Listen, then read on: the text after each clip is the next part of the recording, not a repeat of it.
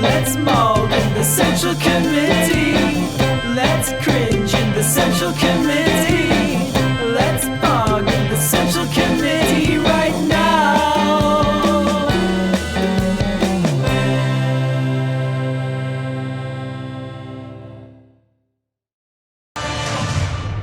All right, back on a power panel. All right, Jake Huger, J.R. Jackson, Mike Byer, everybody, AKA Mike from PA, host of Central Committee on Twitch. You're gonna check that out. Everybody knows it. You're gonna check it out. Just accept it. Good to have you back, Mike. Good to be back. How are you guys doing? Excellent. Great. All right, we got tons of news for y'all, so let's get to it. Actually, I could give one shout out to a member because he was so generous on Super Chat. I really appreciate it. Needs Therapy just joined on YouTube and they were super generous on Super Chat and just said renewed. Okay, so thank you. Simple. Needs Therapy. I don't think you do, but I hear you. Okay. All right, JR. Let's do it. Let's do it. Police officers seem to be finding a new way to make sure they violate black citizens' rights as they pull them over. So this video, it's body cam video that's just turned up from New Year's Day of 2020 has just popped up. This is Baton Rouge police officers. They pulled over a car full of gentlemen in it, and two brothers inside they pulled out and strip searched in the middle of the street, strip search. And then what they did, anyone who could observe it would see nothing else but a sexual assault. Now, one of those two brothers is also a 16-year-old minor at the time. So before we get into how they escalated this from just sexual assault to even worse, let's see CBS's reporting on showing what happened in that first part of this. There's at least 3 or 4 people in the car. Within minutes after a traffic stop on New Year's Day in 2020, Clarence Green is standing in the street behind an SUV with his pants down and his underwear exposed. Hey, Stop. Come on, bro. You can't do that, bro. I can. The officer groping him in public in a search for drugs. And then Green's 16-year-old brother is searched in the same manner. Come on. So obviously the footage there was censored, but they reached into their pants looking for drugs, weapons, I'm not sure what else they were looking for. And as you can see, as he was saying, you can't do that. He goes, yes, I can, because apparently they figure they can do whatever they want. So if it's not about murdering, shooting, beating black men in these traffic stops, then they want to make sure that they at least violate everything else that they can about them. So the officer that was involved, they did find, the Baton Rouge police said they found Green with a loaded handgun. It's concealed in his pants and boxes of ammunition in the car. Officer Kamalo, who was part of that, wrote in his police report that he conducted, quote, an investigatory stop based on suspicious driving in a high crime area. The driver had signaled to turn one direction, then drove the other way. Kamalo said Kamalo was in the neighborhood looking for an alleged shoplifter and had seen the vehicle earlier at a known drug house, is what he then said. Now, actually, let's go to that part first. I want to discuss first off what they did as far as these the violations with strip searching, saying they can do whatever they want to them, pulling them out of the car and doing all this before we get to what they did even further after that, if you can believe that. So first of all, I want to open up to you guys on that, the first part about this, Jane. Yeah, so they, of course, the cops didn't go to prison, the guys did, the kids did. And so after Clarence Green spent 5 months in prison, judge ordered that he needed to be released and said that the officers had, quote, demonstrated a serious and wanton disregard for the defendant's constitutional rights. So that is putting it mildly, but JR is right. The reason why the officer there said, yes, I can, is because for almost all of the history of policing in this country, the cops have been able to do anything they want. Nowadays, it's a little bit, tiny bit different because of the body cam footage and the iPhone footage, etc. Some cops here and there are caught, and then they are, then 90% of those are not punished, but 10% of them get punished in some small way, and a tiny percentage go to prison, very tiny. But overall, the culture is still, I can do anything I want to. I can beat you up, I can kill you, I can sexually assault you. There's nothing you can do about it. And so the only thing and they got $35,000 for this, the family did. And so that's a tiny amount. He went to prison for 5 months. So he went to jail for 5 months just waiting for his trial, which then that's when the judge came forward and said, hey, this is ridiculous. Now, before we get really fast, like I wanna get to how they escalated this, which is one of the reasons why this judge then said, hey, this is outrageous what just happened. So they weren't done at that point, because later on, after that traffic stop, Kamalo and another officer went to the apartment where Green and his family lived. No one answered. No one answered the door when the officers then arrived. They waited outside for several minutes, then they walked inside, and that body cam evidence has also come forward as well. Let's see what a real quick version of what happened there once they stepped inside. Later, body camera footage shows an officer entering the Green family home with his gun drawn and without a warrant. Now, as he went through, this is much longer through that, but footage shows that he walked through the apartment with his gun drawn, looking in the closets, using a light attached to his weapon, as we just saw. After less than a minute, a woman did appear from a back room and starts talking to the officers. Now, as he walked inside, he also turned off the audio on his body cam footage, because that's something that they just get to do. So we didn't hear the beginning of the conversation, but so the recording it remained muted, and the conversation was inaudible over much of this interaction. So Kamalo testified that he meant to unmute his body camera sooner. I'm not sure when he was planning on doing it or why he did it in the first place. So when it finally does come on, he's telling the woman that he wants to search the room where Green and his brother sleep, the two that he already just assaulted earlier that day, to make sure that there was nothing, quote, that could get them into trouble later. Yeah. Again, no search warrant, nothing got from the police department about why they need to make sure that Green and his brother didn't get into more trouble later. More trouble that might result in more sexual assault. I don't know, maybe with your gun out, looking to maybe finish them off and shoot them, since you know what you've already done earlier in the day, who knows? But officers did allegedly find drugs and a gun in the search, and Clarence Green spent 5 months in jail, as Cenk was mentioning. And Chief District Judge Bryant Jackson ordered his immediate release, as we were talking about earlier. So that's in combination with what happened here. So he was sitting in jail for 5 months, waiting for a trial. And then when they found out what was going on, they had to immediately release him. And then that's afterwards when Green then filed his lawsuit against the city, the department, for that $35,000 settlement, which is absolutely nothing. And we still don't have any criminal charges. There's nothing about how they assaulted this 16-year-old minor. So if you walk down the street and you decide to stop a 16-year-old kid, pull down his pants and grope him, do you just walk away and say, yeah, I can do that? Oh, and then I'm gonna have the city pay $35,000 for my issues, and he still has a job. I'm sure the QAnon people are livid over it. Yeah. If I could jump in here, guys. I mean, my reaction there was, it brought me back to the George Floyd case, because I don't know if you guys remember, but the first statement the police put out about George Floyd was somebody who just died in custody, and they basically lied. And if it wasn't for the availability of cell phone videos, body cameras, they would have gotten away with the murder of George Floyd. And in this similar situation, this is just a nonstop violation of these guys' civil rights. They walk into a house without a warrant, which is, unbelievable violation of the rights. They committed a criminal offense. Police are not allowed to go into your home without either your consent or a warrant. This is like, law school 101, first day of the academy. You can't just walk into people's homes. And the fact that they got away with just as little, the city got away with just $35,000 for publicly exposing people in the middle of a street, blows my mind. And I think as a leftist, we should look at this as part of a larger structural problem of how our civil liberties have been totally undermined by the war on drugs. And we have that combination of that with a police force that is totally able to do whatever they want with no repercussions, no consequences.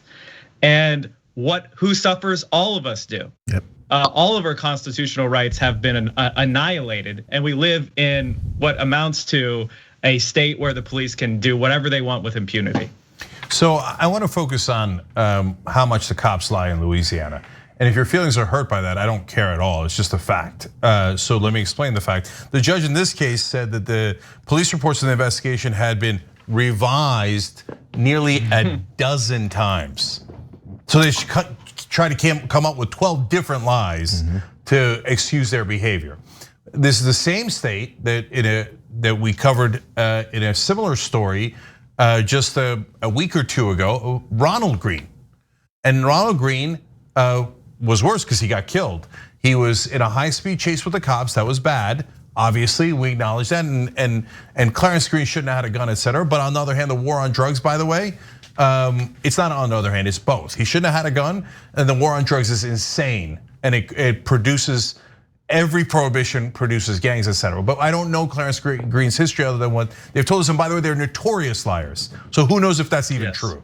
And so, but in the case of Ronald Green, they beat him to death. And when he was handcuffed, they dragged him by his feet face first. They wrote in the police report that he died after hitting a tree. So that was Louisiana State Police. They are unquestionable liars. And so in the old days, if you ever said the cops were liars, they'd probably take you off the air. They would never allow that in American media. Right. And now, sad day for you guys, you just can't control it anymore. You guys are liars, you're proven liars, and God help you if you're black and you live in Louisiana, because the cops are out of control, and after they either assault you or kill you, they will almost definitely lie about it. It's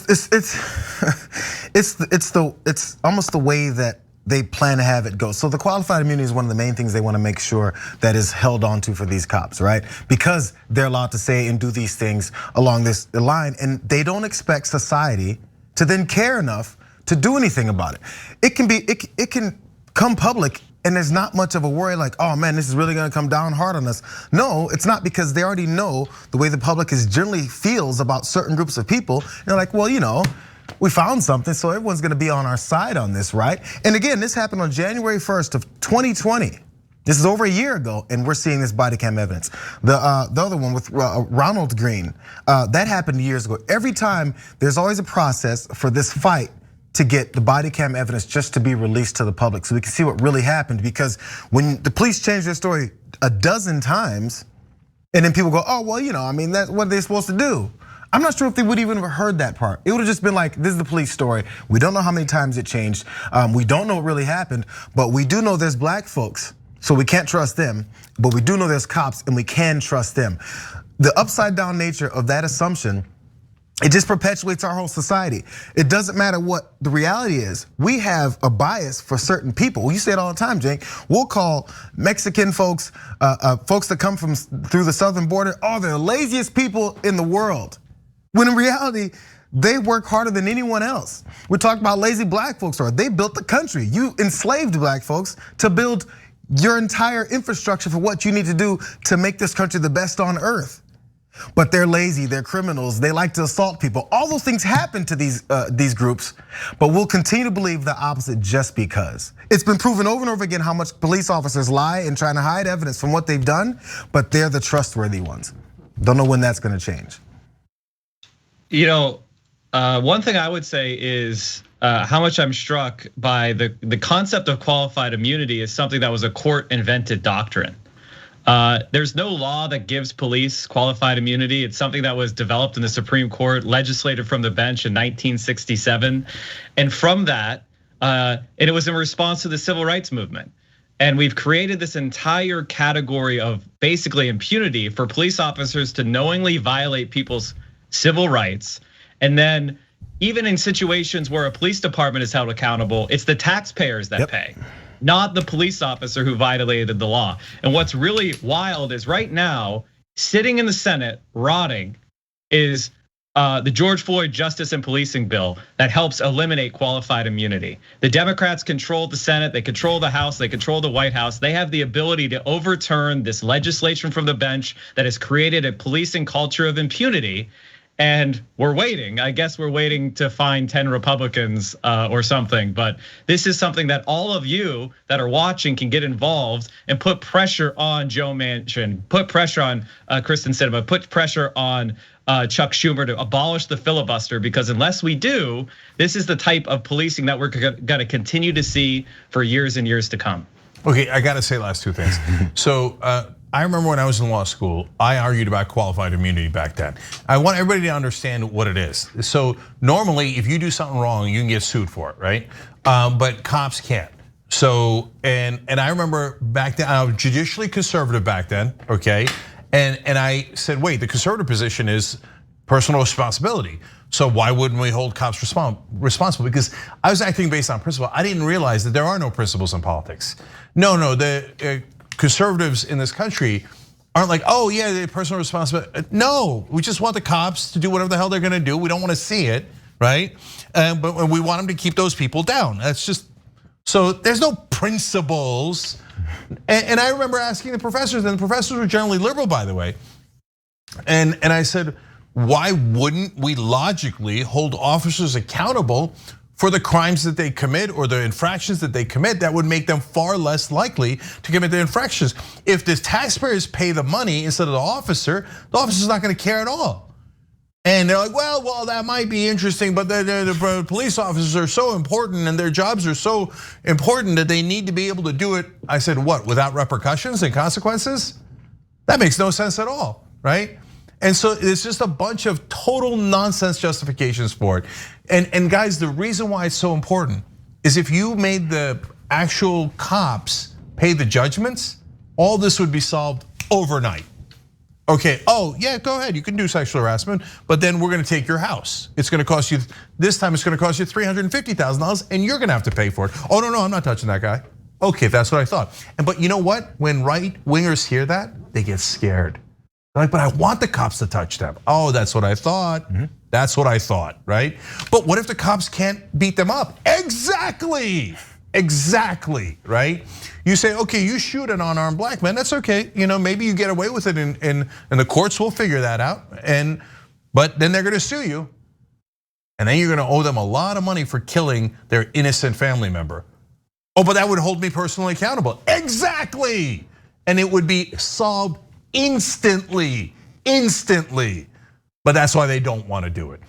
Again, Cori Bush has been a giant in fighting for this in Congress. Give her a world of credit for it. Joe Biden doesn't want it.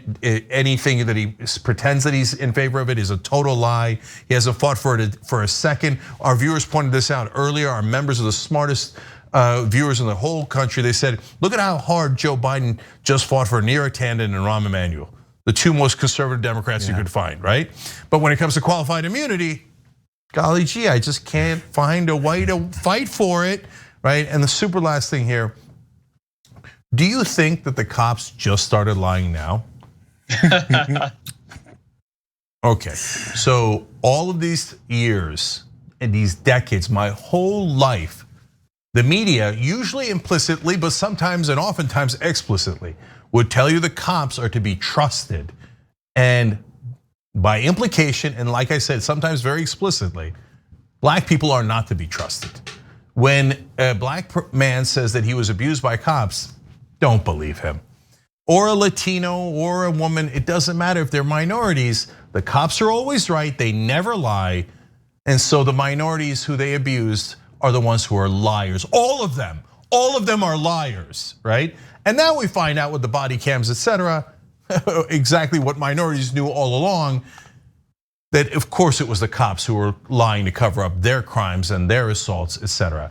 And when you point that out, the amazing thing is, white right-wingers go, how dare you? Basically they're saying, how dare you tell us the ugly truth about what we let cops do, what we encourage cops to do? Because we thought in our infinite racism that black people are violent and dangerous. So we need to let cops do whatever they want to them to keep them down. Now I got news for you, JR is right. The history of America it's the exact opposite. Right-wingers have been very, very dangerous in this country. And they are the ones that have perpetuated violence over and over again against the rest of us. Okay, all right, we got to take a break, guys. All right, back on the Young Turks. Cenk, Mike, and JR with you guys. JR, more news. Yes. The Health Committee in Pennsylvania, which is controlled by Republicans there, they're advancing 3 new bills to make sure that they can get as close to outlawing women's right to choose as possible. 3 of those bills are a heartbeat bill, a ban on abortions after a Down syndrome diagnosis, and an Unborn Child Dignity Act. So let's get into the details of those 3. First of all, the new laws would require a physician to, quote, confirm whether a fetal heartbeat is present before an abortion, despite how far along the pregnancy is. And also under the Down Syndrome Protection Act, abortions would be illegal after a pregnant woman receives a Down syndrome diagnosis.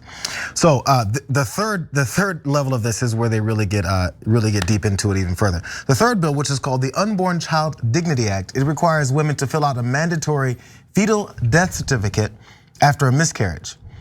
Healthcare facilities will be required to provide burial or cremation options after a pregnancy loss.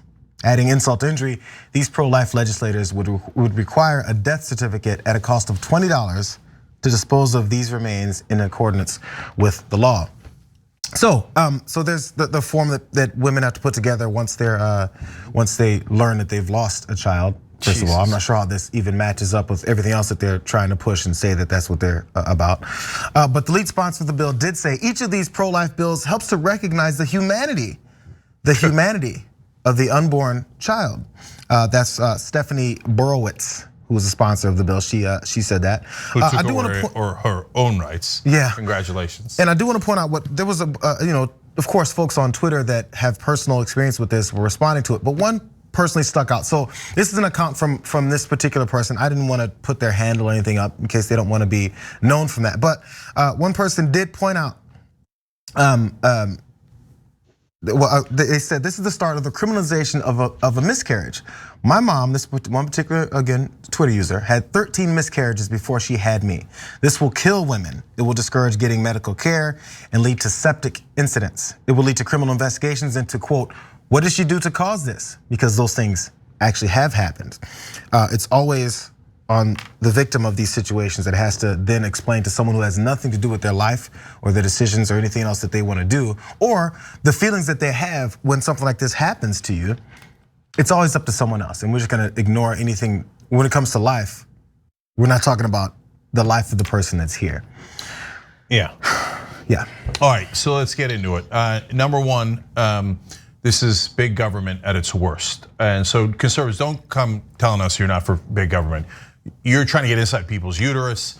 You're telling them what to do and what not to do. This is the kind of kid you need to have and not have. And I'm gonna make lifestyle decisions. I'm gonna make family decisions. I'm gonna make life and death decisions for you. I'm gonna make every kind of decision for you. I don't care what happens. I don't care if your life's in danger. I don't care about anything. You will follow my religion. And this is purely about religion. If you're not religious like me, abortion has no moral component to it at all. I know for a lot of religious folks that blows their mind. They're like, how could you not believe the same things I believe? You should be forced to believe what I believe. I think it's a moral issue, so you have to think it's a moral issue. I don't. It's called America. I believe in freedom. You don't. You hate freedom. You want everybody to go by the stupid old rules of your religion, which aren't even true. Don't make me get into that. Okay, but guys, this isn't even an abortion. This is miscarriage now, on the third one. Miscarriage. Look, I don't know about you guys, but I know a lot of women who've had miscarriages. Yeah. And so that is a tough moment in someone's life. And you're gonna go and make them sign a death certificate? You monsters. You unbelievable monsters. And then you're gonna ask them, do you wanna cremate the remains? What remains? Miscarriages are a giant range from late pregnancy where it is beyond heartbreaking, right? And then you're gonna force them into this traumatic moment, right? To very early in the pregnancy, where there's nothing to bury or cremate, you're just doing it for theater because you wanna embarrass them for a miscarriage. No, they're monsters, And women who vote for Republicans should have their heads examined. And I don't care what kind of BS feelings you catch. Cenk, you're not a woman, how dare you say that to Republican women? And they're gonna pretend all this nonsense. Look at what they're doing to you. And so if you wanna sign this and say, yeah, I love Republicans. They won't let me do anything I want with my body. They will have men that are government officials decide what to do with my body.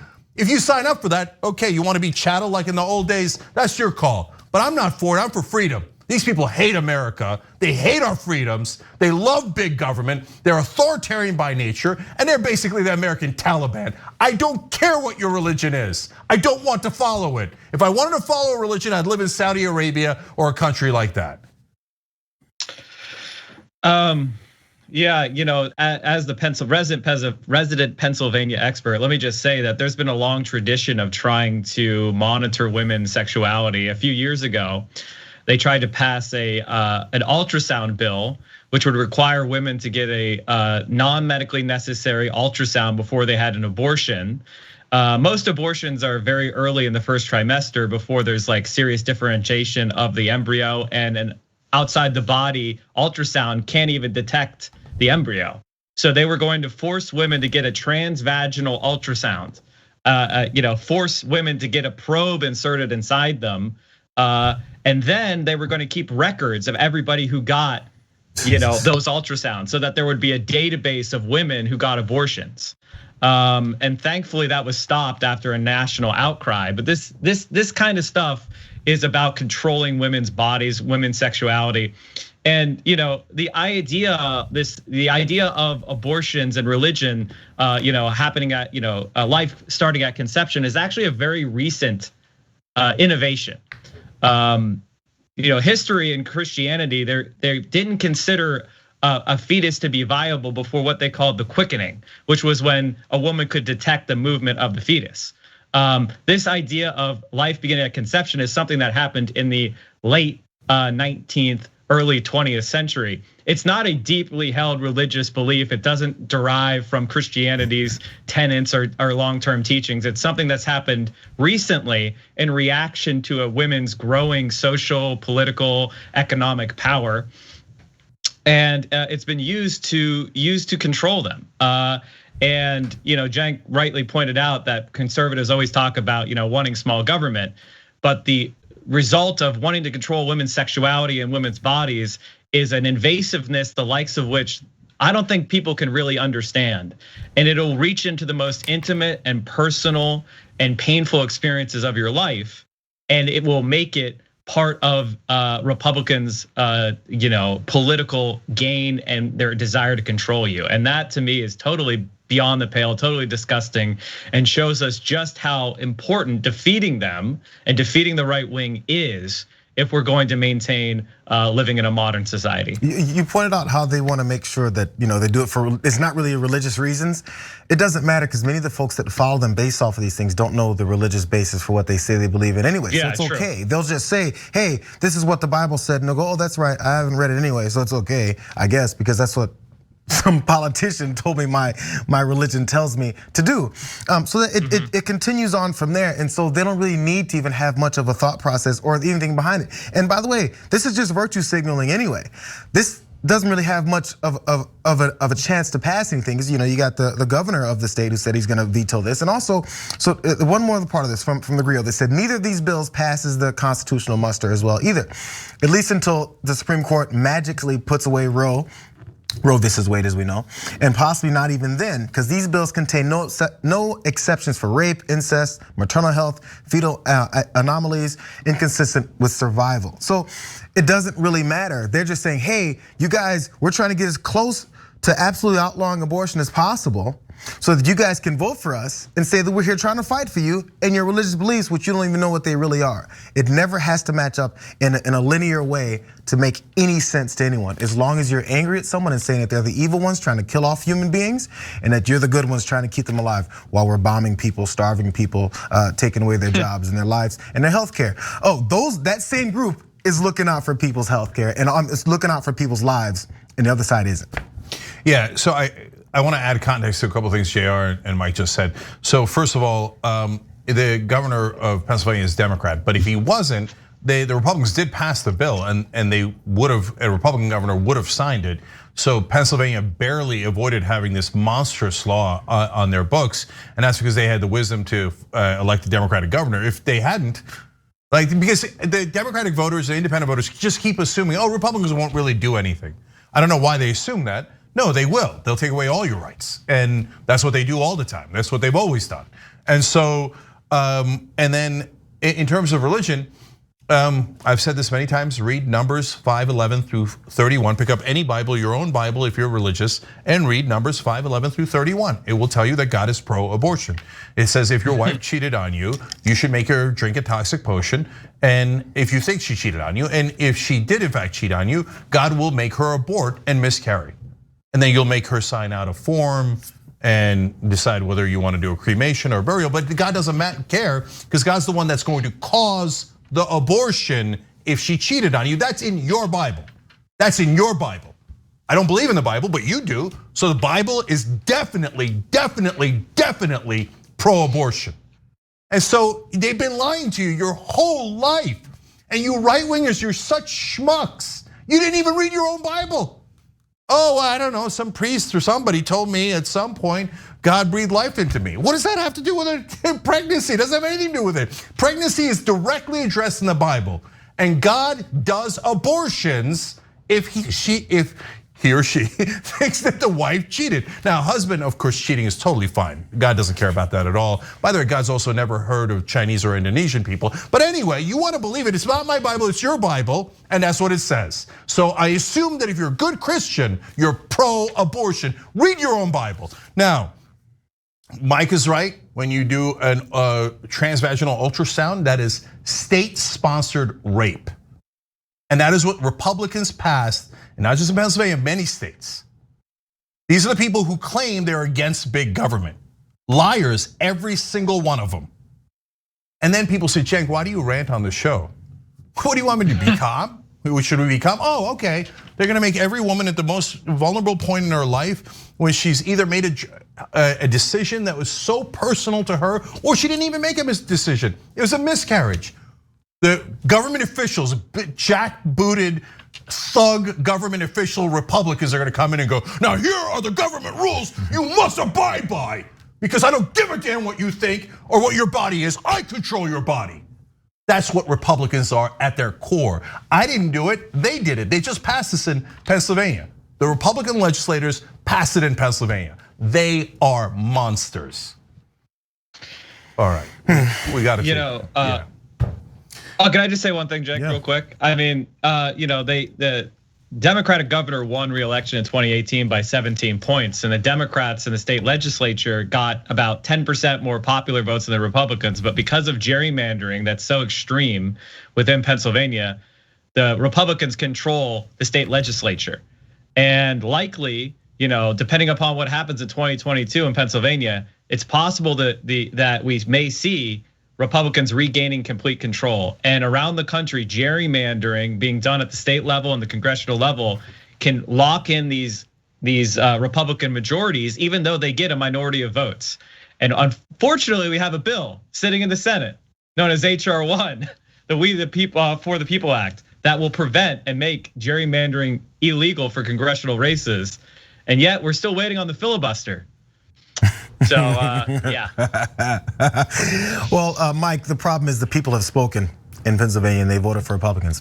A few people, but the people have spoken. Yeah. The minority, yeah. No, the Republicans hate democracy, and the Democrats are the most pathetic party I've ever seen. God damn it, do something already. You're the worst. These fascists are taking over the country. They haven't won any of the elections, and you're letting them run the country anyway. The Biden's weakness knows no bounds. We'll be back. All right, so programming, no common room tonight.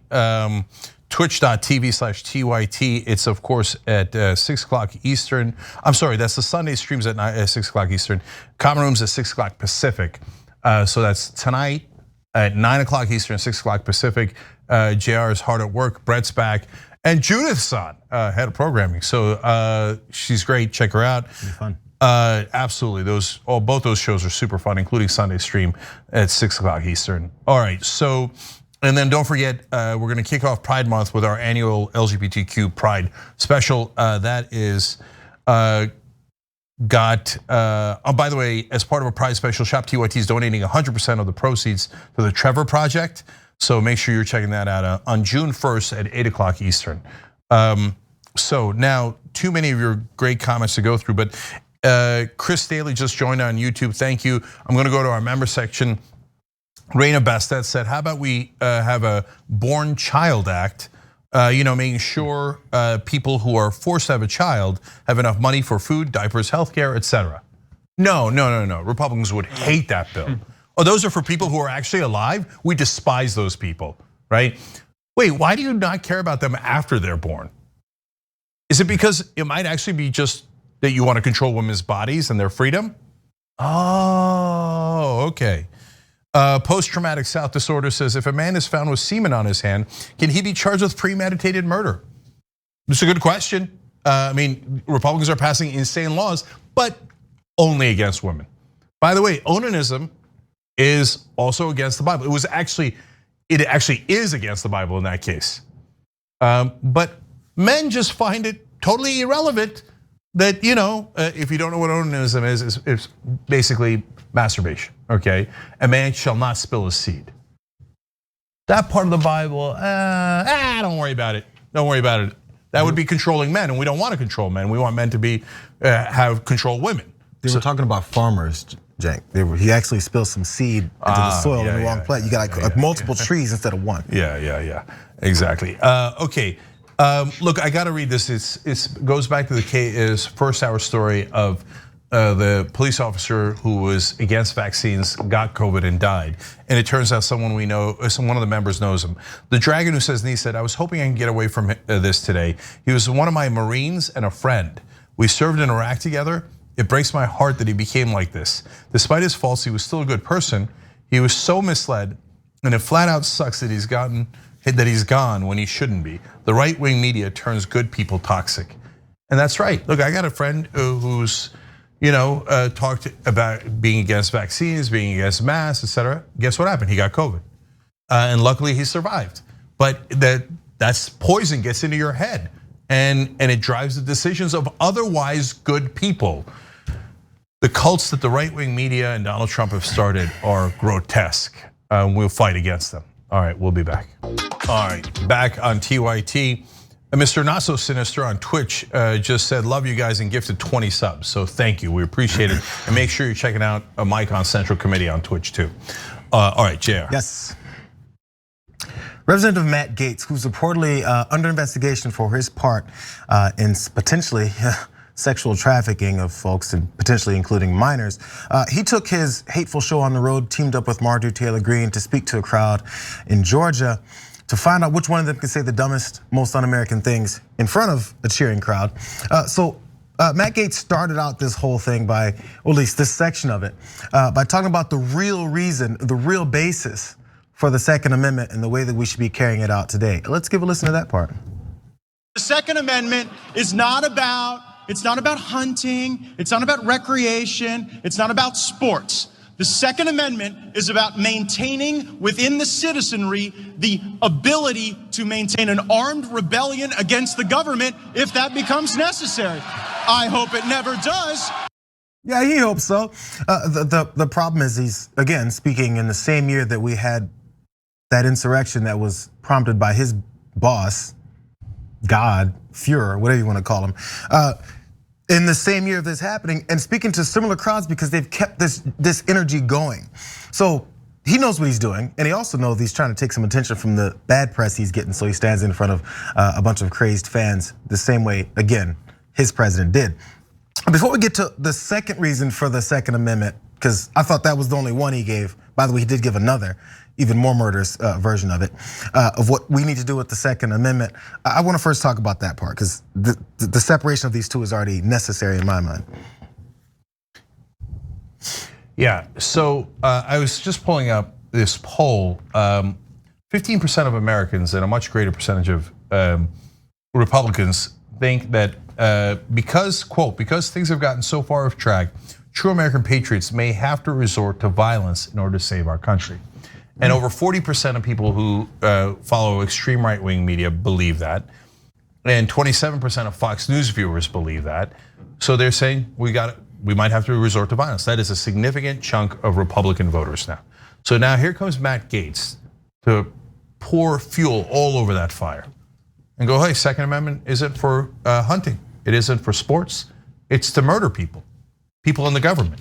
If you don't like what the government is doing, you pick up your guns and you use it against them.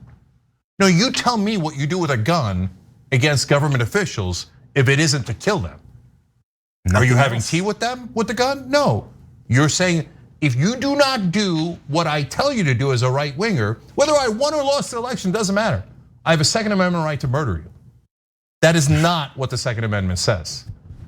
And so look, just admit it, right wingers. If you agree with Matt Gaetz, and I've been saying this for, by the way, not just years, maybe decades. All these guys are like, oh, it's for government tyranny. So what are you gonna do? Kill cops? Are you gonna kill our soldiers?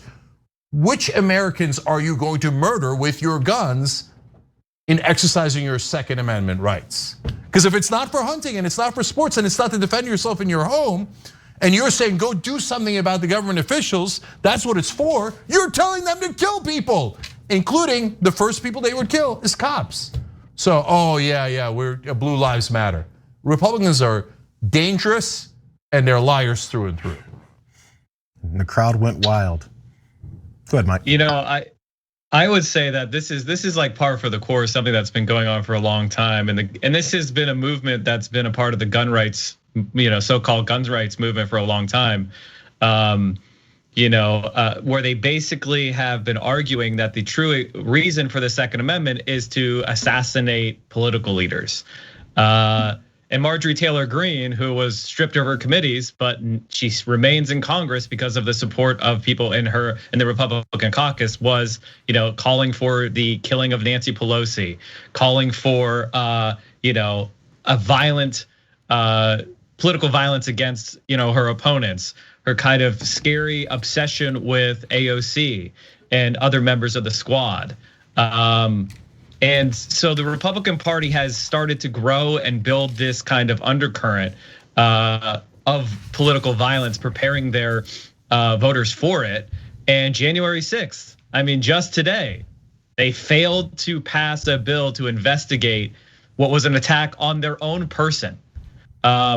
Republican senators and Republican Party officials are so frightened of their own base that they refuse to even investigate an attack on the Capitol, an attack that threatened them. They had to run away and hide from, where people literally smeared human feces on the wall. They built gallows outside. They chanted, "Hang Mike Pence." When Matt Gaetz goes out there and says this stuff, it's part of a large strain. And what's concerning to me is growing political violence that began before Trump, but has been accelerating faster and faster. Some people may think, Mike, that when you say that they're afraid of their own base, that you're just saying that. They've actually said it. People like Liz Cheney have talked about the reasons why Republicans say the things they do and vote the way they vote and worry about their radical supporters, is that they're afraid they're gonna get harmed and threatened by them. So are you doing their bidding, or are you in agreement with them, or are you just afraid of them because they're so dangerous? But I heard there's this large percentage of Republicans who say the left wing is the one who showed up at the Capitol, that they're the violent ones, that they're the ones who are going after overturning the government. It's weird how that just nothing makes sense. Speaking of things not making sense, let's keep a tally. Remember, Matt Gaetz told us that the only reason for the Second Amendment, not sport, is to take over your government. He doesn't want it to happen, but he wants to make sure that you have your arms there to take over a tyrannical government. Now, that was the first reason. Let's listen to a second reason. It might have something to do with Silicon Valley people, not sure which part, but there might be a second reason for some reason. Let's listen to that part. The internet's hall monitors out in Silicon Valley, they think they can suppress us, discourage us. Maybe if you're just a little less patriotic, maybe if you just conform to their way of thinking a little more, that you'll be allowed to participate in the digital world. Well, you know what? Silicon Valley can't cancel this movement or this rally or this congressman.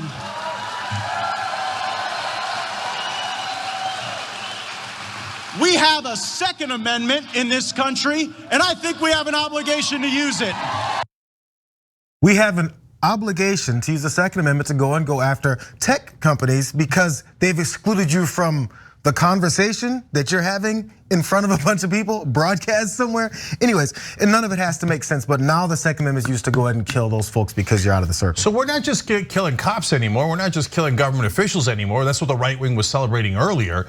Now we're killing random people in Silicon Valley because they wouldn't let us say racist things online. So we should go murder them. He said you have an obligation to use your Second Amendment rights. Second Amendment rights in this case is nothing but weapons. That's what the Second Amendment is. You have a right there gun, and now you have an obligation to use that gun against my political opponents. That is directly fascist. Directly fascist. And by the way, also a terroristic threat, literally a terroristic threat. You know, one thing I would say, Cenk, is like Matt Gaetz is actually one of the people who tried to spread the rumor that it was Antifa who attacked the Capitol. He went on the floor of the House and claimed that it might be Antifa members or Black Lives Matter that had actually attacked the Capitol, that it was a false flag, that they pretended to be Trump supporters, etc. So this guy is an extremely violent and dangerous liar. 100%. We do politics here every morning starting at 10 a.m. 10 a.m. Eastern, 7 a.m. Pacific. You can watch us here on Twitch. We're the morning guy, the morning politics guy, Politics Frogs in every single day, same time, 10 a.m., day in, day out.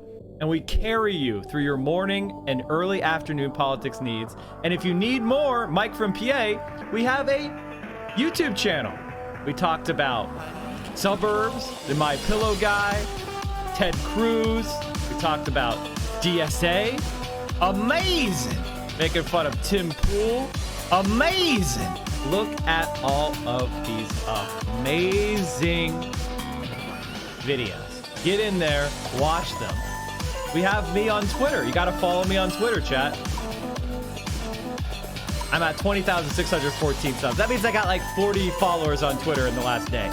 You can do better than that. You can do better than that. Go follow us on Twitter. And of course, join the Discord, where we have an incredible community of left-wing streamers. We have left-wing community. We talk about the stream. We talk about politics. There's gaming content. It's a really awesome, supportive place. Direct action, mutual aid, and you can just let off some steam. And also, you can help produce the show. One of the things I do is I look at the links that are put into the news content suggestions chat room on the Discord. Join the Discord, come hang out, and maybe what you want me to talk about will be part of the next show.